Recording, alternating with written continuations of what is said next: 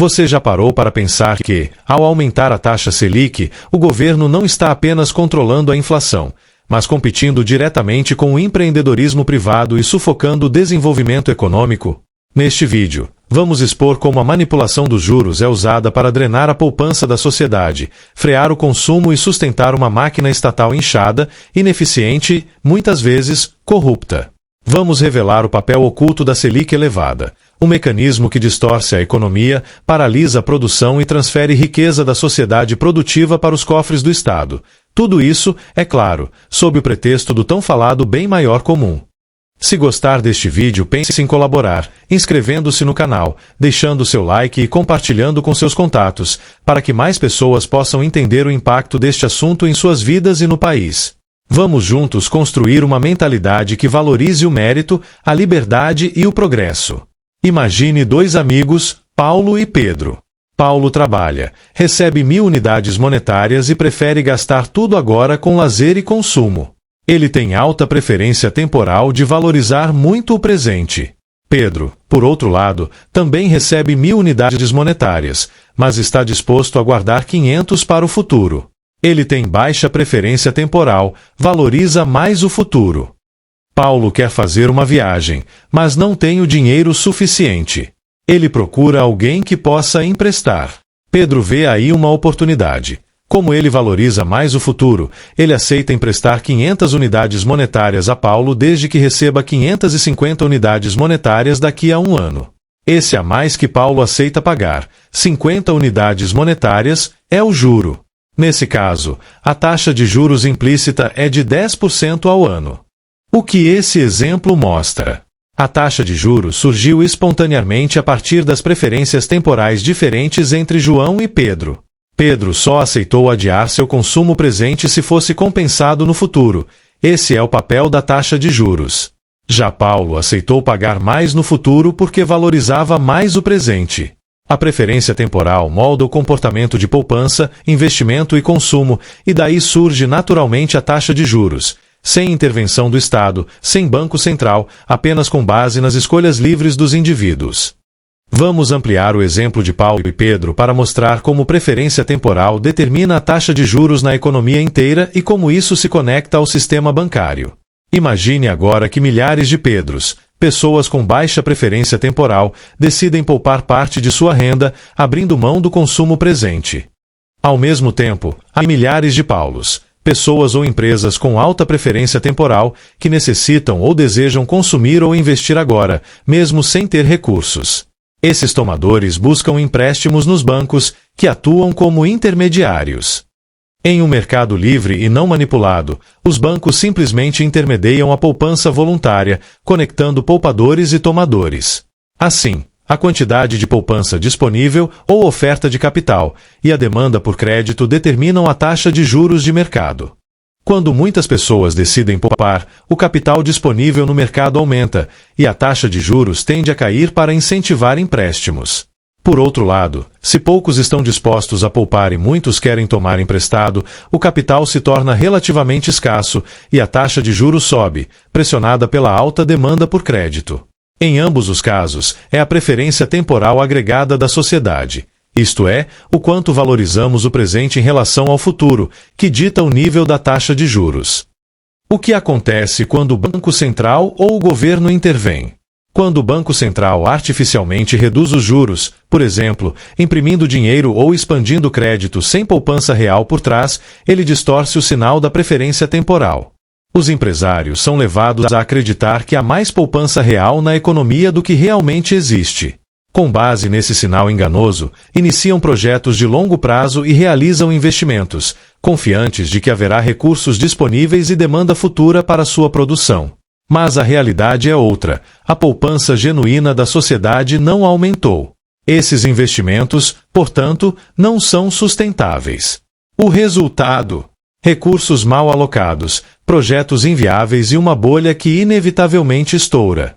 A recessão, então, surge como um ajuste inevitável, uma correção do mercado aos erros provocados pela distorção estatal dos sinais econômicos.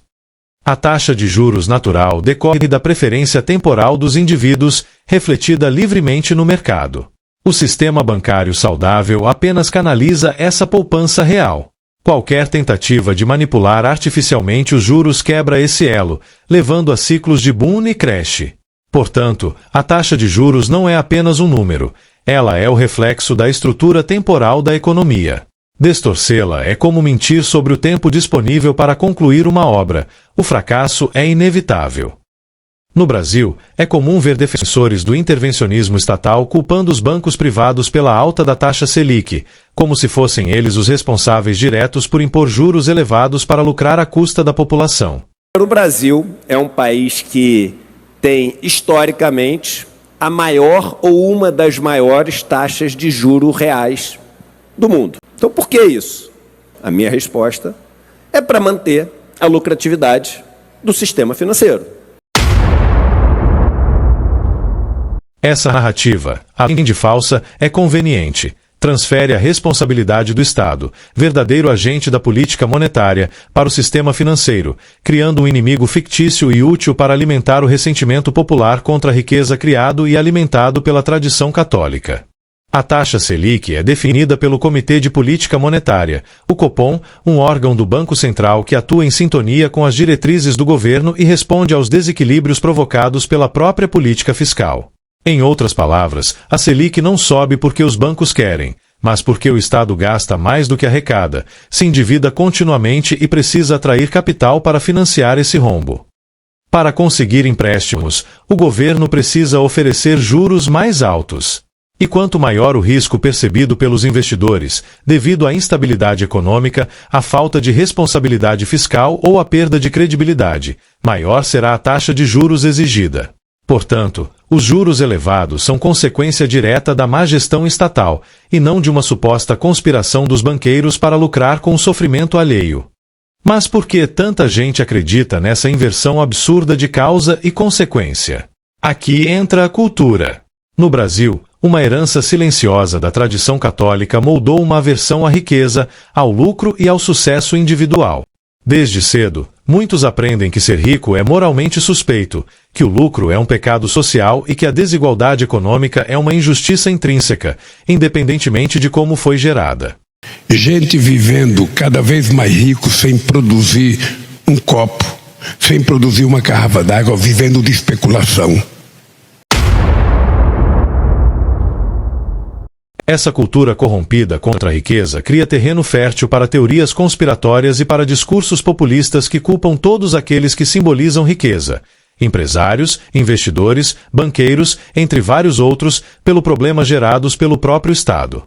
O ex-deputado federal e ministro do PT, José Dirceu, advertiu em palestra realizada na PUC de São Paulo esta semana para o que chamou de conspiração entre a direita e a elite brasileira, aliada aos Estados Unidos, com o objetivo de quebrar o pacto social construído no Brasil desde a redemocratização em 1988.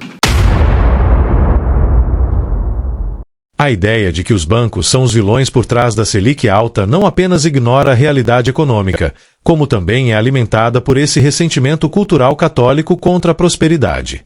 É mais fácil odiar o banco do que compreender os efeitos da expansão irresponsável dos gastos públicos. É mais simples culpar os juros do que admitir que o intervencionismo, os subsídios eleitoreiros e o desprezo pela poupança real minam as bases do crescimento. É mais fácil colocar a culpa em outro do que reconhecer as próprias limitações e frustrações.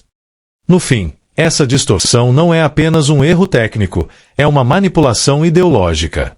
E ela persiste porque encontra eco em uma cultura que há séculos desconfia da riqueza, da liberdade econômica, desqualifica o mérito, despreza a autodeterminação individual e glorifica o sofrimento em nome de um bem maior comum que nunca se realiza.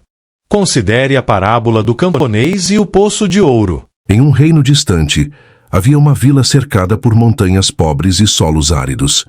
Por gerações, os camponeses viviam com pouco, repetindo sempre o mesmo ciclo de sofrimento e escassez. O pároco católico local, respeitado por todos, ensinava, desde cedo, que buscar riquezas era perigoso, que o conforto era a armadilha da alma e que a igualdade só viria pelo sacrifício coletivo. Um dia, um jovem chamado Elias decidiu escavar em silêncio um velho terreno seco nos arredores da vila. Trabalhou dia e noite, sozinho, sendo ridicularizado por alguns e ignorado por muitos. Após anos de esforço, encontrou um veio de ouro. Puro e com sabedoria, começou a trocá-lo por ferramentas, sementes e conhecimentos de outras regiões. Logo, fundou uma pequena escola, contratou mestres, trouxe médicos e a região floresceu em torno de seu trabalho. Mas em vez de admiração, Elias despertou inveja. Ele deve ter roubado, diziam uns. É injusto ele ter tanto enquanto ainda há pobres na vila, Murmuravam outros. Se ficou rico, foi porque explorou alguém. Afirmavam com certeza. O pároco católico, pressionado pelos murmúrios, subiu ao púlpito e bradou. Não se deixem enganar pelo brilho do ouro. O sofrimento é nosso verdadeiro tesouro. Aqueles que se elevam acima dos demais o fazem à custa de outros e do bem maior comum. Aos poucos, os moradores começaram a atacar os armazéns de Elias, que tentava explicar que sua riqueza nascera da poupança, do trabalho e do investimento. Mas ninguém queria ouvir. Era mais fácil culpar o poço de ouro do que enxergar o valor da escavação. Era mais reconfortante destruir Elias do que admitir as próprias escolhas. E assim, destruíram tudo. A vila voltou à miséria, mas agora com a alma aliviada de não ter de confrontar a verdade. Continuaram pobres, mas unidos no conforto de um sofrimento igualitário. E o ouro voltou a repousar no silêncio da terra, onde nenhum outro teve coragem de cavar. A moral. Quando a cultura ensina que o mérito é pecado e o sucesso é suspeito, a prosperidade é vista como ameaça, não como inspiração.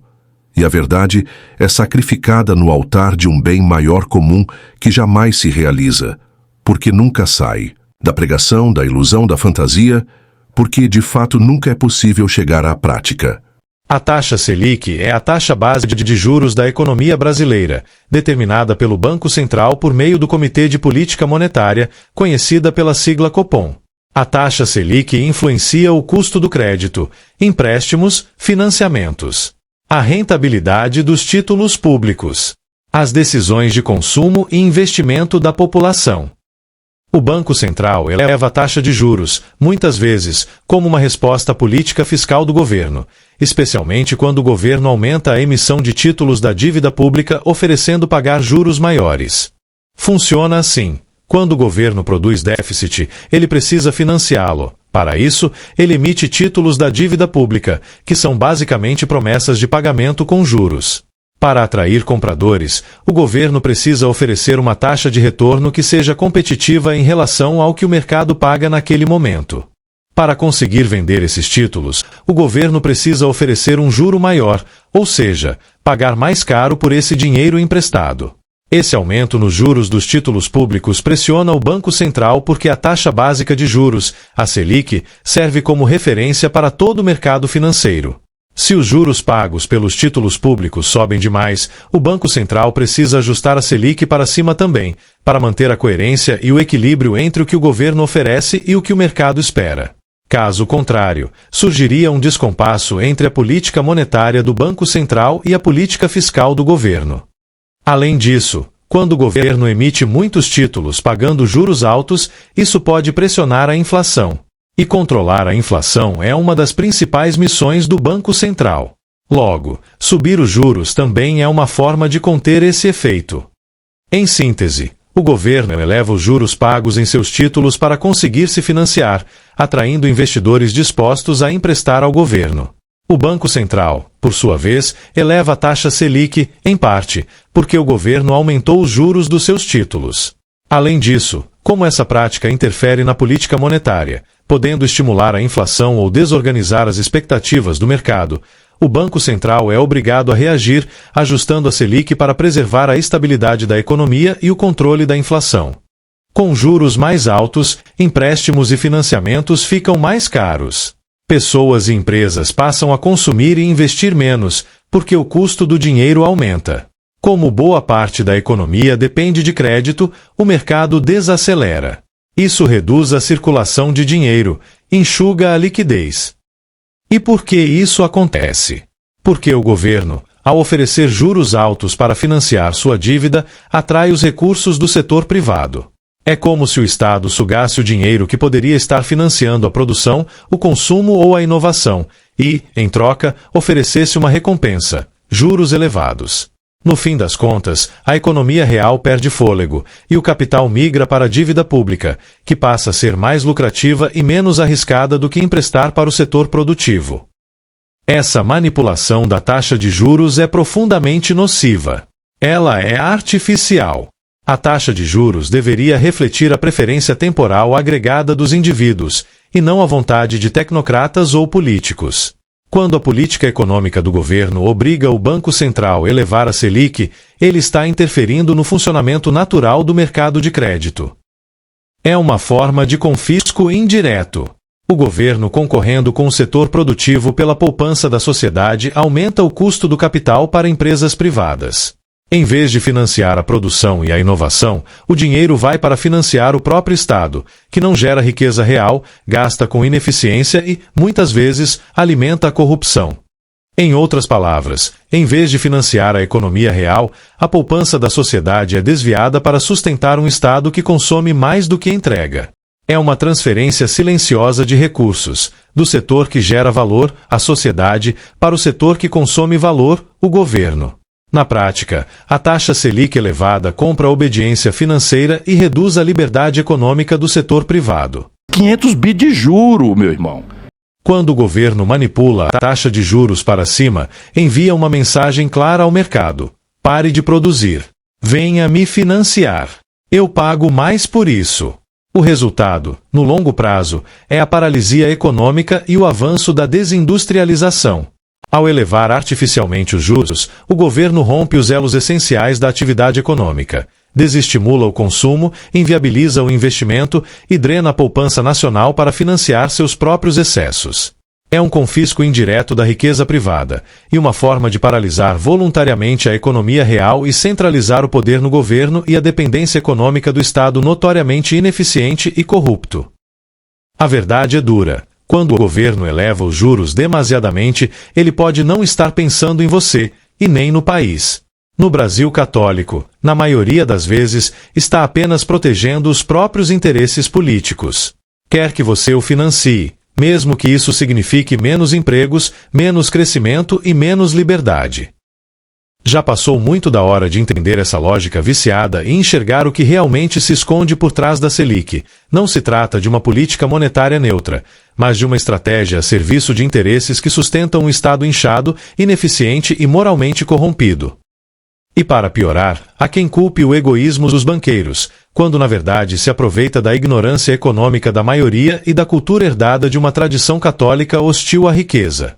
Uma cultura que facilmente absolve os erros do Estado e condena facilmente, sem refletir, os ricos e os frutos do mérito. Então a questão do Brasil não é falta de dinheiro. A questão do Brasil é que os poderosos do sistema tomaram o orçamento. E por isso que a banqueirada quer ver o Satanás na presidência da República e não quer me ver lá. No Brasil católico, é preciso entender o interesse oculto por trás do rótulo banqueirada. Esse termo é usado como um rótulo pejorativo e emocionalmente carregado para despertar raiva e desconfiança contra o setor financeiro. Essa linguagem não visa esclarecer, mas confundir. Schopenhauer ensina o seguinte: para você destruir o seu opositor de forma mais rápida, você rotula ele. E naturalmente as pessoas vão acreditar naquilo ali, porque é muito mais fácil. As pessoas não querem pensar, mas elas querem ter opinião. Por trás desse rótulo existe uma estratégia mais profunda e ideologicamente útil para a política de viés socialista católica. Serve para personificar um inimigo abstrato, desumanizado e insaciável, o rico, transformado em bode expiatório de todos os males sociais no Brasil católico. Nós já sabemos o que os ricos brasileiros, a elite brasileira pensa. Não pode cobrar imposto de renda deles de jeito nenhum. Tem que continuar cobrando imposto na folha de pagamento dos trabalhadores, 27,5% de todo mundo que ganha acima de R$6.000, e eles não querem pagar imposto. A expressão popular mais simbólica do rico rotulado de egoísta malvado é a figura do banqueiro ganancioso, construída para canalizar o ressentimento coletivo e justificar medidas de espoliação da riqueza, especialmente da classe média, disfarçadas de justiça. Contudo, a ampla maioria não percebe que esse rótulo não atinge a verdadeira origem do problema. A elite política e a burocracia estatal, que são as verdadeiras responsáveis pela política monetária e pelas decisões que determinam quem lucra e quem perde com os juros altos. Ao contrário, ele desvia o foco do Estado, o verdadeiro agente da distorção, e reforça uma narrativa conveniente, a de que a culpa está sempre na riqueza privada, nunca nos mecanismos públicos que a corroem.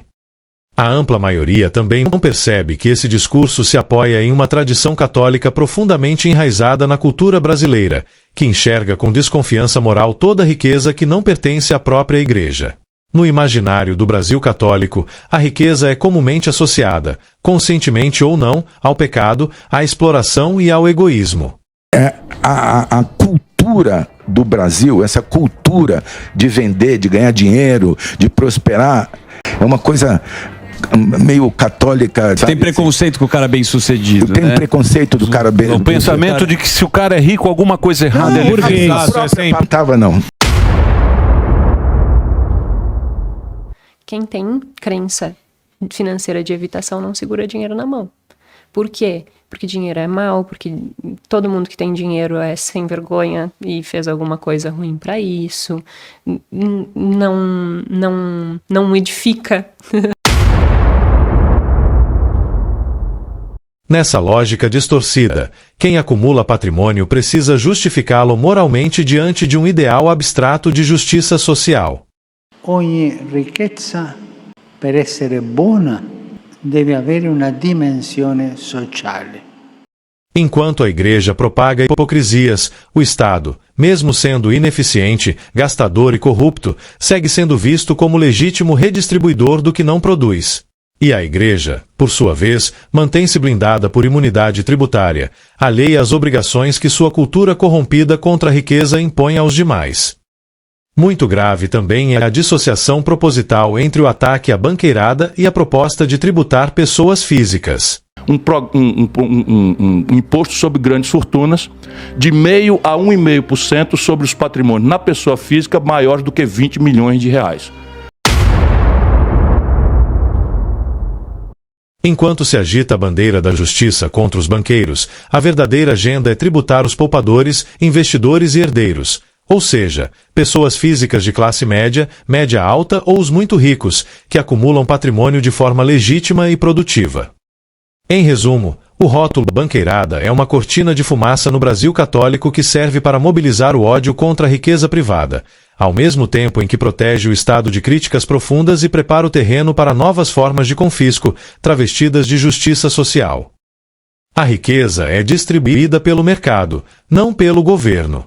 O Estado não tem o direito de confiscar o que não criou para redistribuir segundo critérios subjetivos de uma suposta justiça social cósmica católica, violentando o mérito, a liberdade e a autodeterminação dos governados. Em um verdadeiro Estado democrático de direito, a única moral que pode ser exigida por meio da coerção é a honestidade recíproca, nunca a caridade forçada, nem qualquer outra forma de solidariedade imposta por lei ou decreto. A religião política da Igreja Católica glorificou a fraqueza como virtude, não por compaixão, mas por estratégia. Ao exaltar os fracos que não têm coragem de se superar, ela os conquista. E, ao mesmo tempo, condena a força, o desejo de potência e a excelência, para que os fortes, tomados pela culpa, curvem a cabeça e se submetam. O Boulos tá falando. O Boulos. Ele usa isso como mote, ele usa isso como tema de campanha, e ele faz força para parecer pobre. Eu sou cristão, sou batizado, crismado na Igreja Cristã Ortodoxa, tenho uma formação cristã na minha família, dos meus pais, tenho minha fé.